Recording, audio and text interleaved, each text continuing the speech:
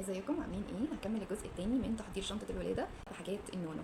هتاخدي معاكي 3 اطقم كامله للنونو، الفانلة اللي من تحت والسلوبيتا اللي من فوق. مش هتحتاجي اكتر من كده ولا صيف ولا شتاء.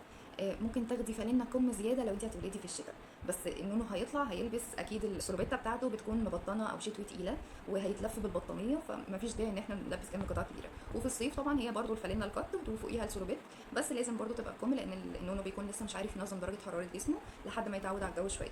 في الصيف هتبقى قطن كم خفيفه عادي جدا، الشتاء هتبقى مبطنه او تقيله، وكده كده في الحالتين احنا في الصيف معانا كوفرتا وفي الشتاء بناخد معانا البطانيه. باخد معايا 3 اطقم علشان لو النونو سرب في اول واحد او قعدت شويه كتير في المستشفى او هغير له قبل ما اتحرك من المكان هروح على البيت، فبرده 3 يبقى زي ما انا ما باخد ليا باخد للنونو. في مستشفيات او عيادات بتطلب انه تجيبي ازازه شامبو للنونو علشان ينضفوا الطفل وهو لسه خارج. في مستشفيات تانية لا، بتحب تسيب الطبقه بتاعه البيبي دي يا دوبك بتمسحه بس كده بالفوطه بتاعته، حسب هما هيطلبوا منك ايه يعني. هاتي مثلا جونسون او اي نوع يكون اهم حاجه بينضف كويس.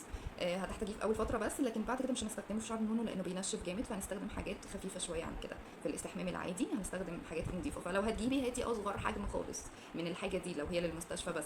هتاخدي معاكي كريم بتاع الحفاض بتاع البيبي، هتاخدي معاكي الكاريكوت او الكار سيت او اي البورت، ده زياده امان يعني. في تاخدي معاكي فرشه شعر للنونو، هتاخدي معاكي فوط او بافتات 3 4 مثلا، وده على حسب هتقعدي قد ايه. ده انا كل كلامي ده في حاله ان هو يوم واحد بس، اكتر من كده هيبقى هتضربي بقى الكلام ده في 2. اهم نقطه لو النونو بنوته هتاخدي معاكي الحلق الطبي، هتشتريه من قبلها وهتخلي الدكتور هو اللي يخرم لها في العياده او في المستشفى. اولا بيكون طبعا الدنيا معقمه، لابس جوانتي دكتور فدقيق طبعا، افضل بكتير من انا اخدها اوديها لبتاع الدهب يخرم لها ودنها، ايده بتكون فيها تراب مثلا من المحل او من المكان.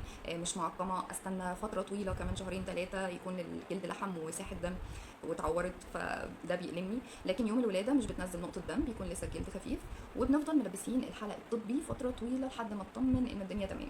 اقلها خالص اول شهر لحد ما اطمن الدنيا كويسه، وبعد كده ممكن البس الذهب او ايا كان اللي انا عايزه البسه لها، بس طبعا حاجه تكون صحيه. ممكن اغير الحلق الطبي بحلق غيره، البسها ذهب ايا كان. مش هحتاج الباكت الكبيره خالص بتاعه الدايبر، ممكن الباكت الصغيره اللي فيها 10 او 12 علشان المكان في الشنطه، او هجيب فرداني 6 او 7 النوع اللي انا حباه. او لو انا لسه هجرب فيعني اخد من كل نوع كده اشوف انا هستمر على ايه. يكون في حاجات فيها انواع فرداني، بس اهم حاجه يكون في فتحه للسره علشان اول فتره النونو ما بيستحملش اي حاجه على السره لحد ما تقع. انواع زي ايه كويسه؟ انا مش حابه اني ارشح انواع، بس هقول تجربتي الشخصيه يعني. انا جربت مولفيكس جميل جدا، البيبي جوي كان حلو برده، تجربتي ما كانتش الطف حاجه مع البامبرز اللي هو العادي، بس ممكن البامبرز البريميوم يكون كويس بالنسبه للناس.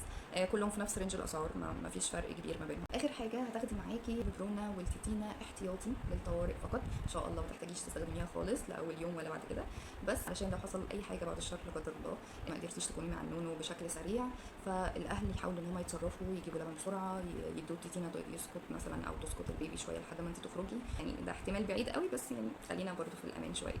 ليله الولاده الصبح اصحي افطري، خدي شاور دافي، استمتعي باليوم، اعملي تشيك اخير على الشنطه، تاكدي ان مفيش اي حاجه ناقصه، استمتعي بكل لحظه. اخر ليله وانت حامل اعملي ذكريات لطيفه كاخر يوم، وتاني يوم هتشيلي النونو تاخديه في حضنك، خلاص كلها ساعات ورحله الحمل تخلص تماما. ما تتوتريش، ما تقلقيش من حاجه طالما انت مظبطه كل الامور، ما تقلقيش، واعرفي الكلام ده للي حواليكي او اللي هيكونوا معاكي ان هم طول الوقت يهدوكي وما يخلوكيش تتوتري. افتكري ان كل التعب محتمل حتى الناس الفوفي اللي زيي، فما تقلقيش خالص، ما تسمعيش الكلام السلبي. مستنوني فيديوهات تانية. دمتم اشطر مامز.